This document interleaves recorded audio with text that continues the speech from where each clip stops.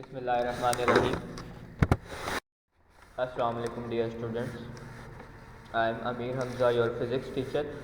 As you know, during this pandemic situation, we are giving lectures on PowerPoints for your convenience, and you can see your lectures through the communication website YouTube. So let's move on the lecture. I hope कि आप सब ठीक होंगे घर पे और सेहत तंदुरुस्ती के साथ रह रहे होंगे। चलिए टॉपिक की तरफ चलते हैं। 9th क्लास लेक्चर नंबर 3 है हमारा। चैप्टर नंबर 9 हम डिस्कस कर रहे हैं और उसका टॉपिक आज हमने डिस्कस करना है वो है रेडिएशन।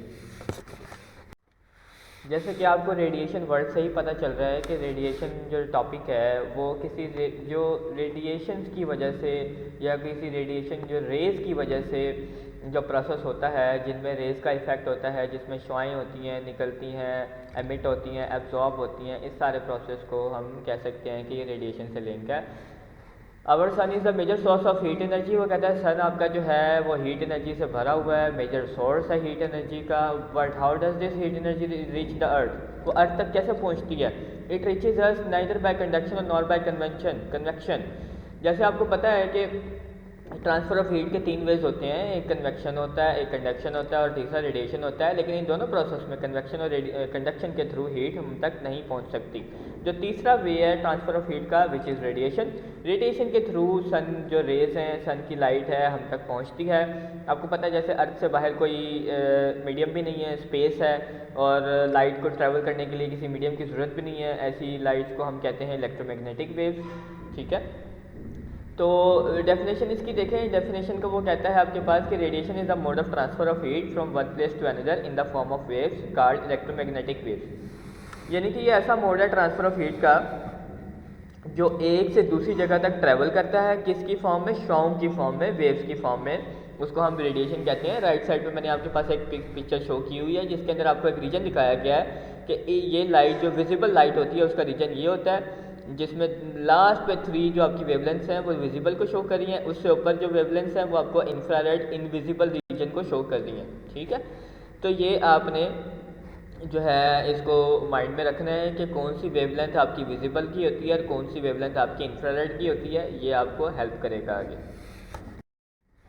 तो बेटा रेडिएशन जो है वो कहता है कि हर बॉडी रेडिएशन एमिट करती है। जैसे आप लोगों की बॉडीज़, हम लोगों की बॉडीज़ भी है वो रेडिएशन एमिट कर रही है।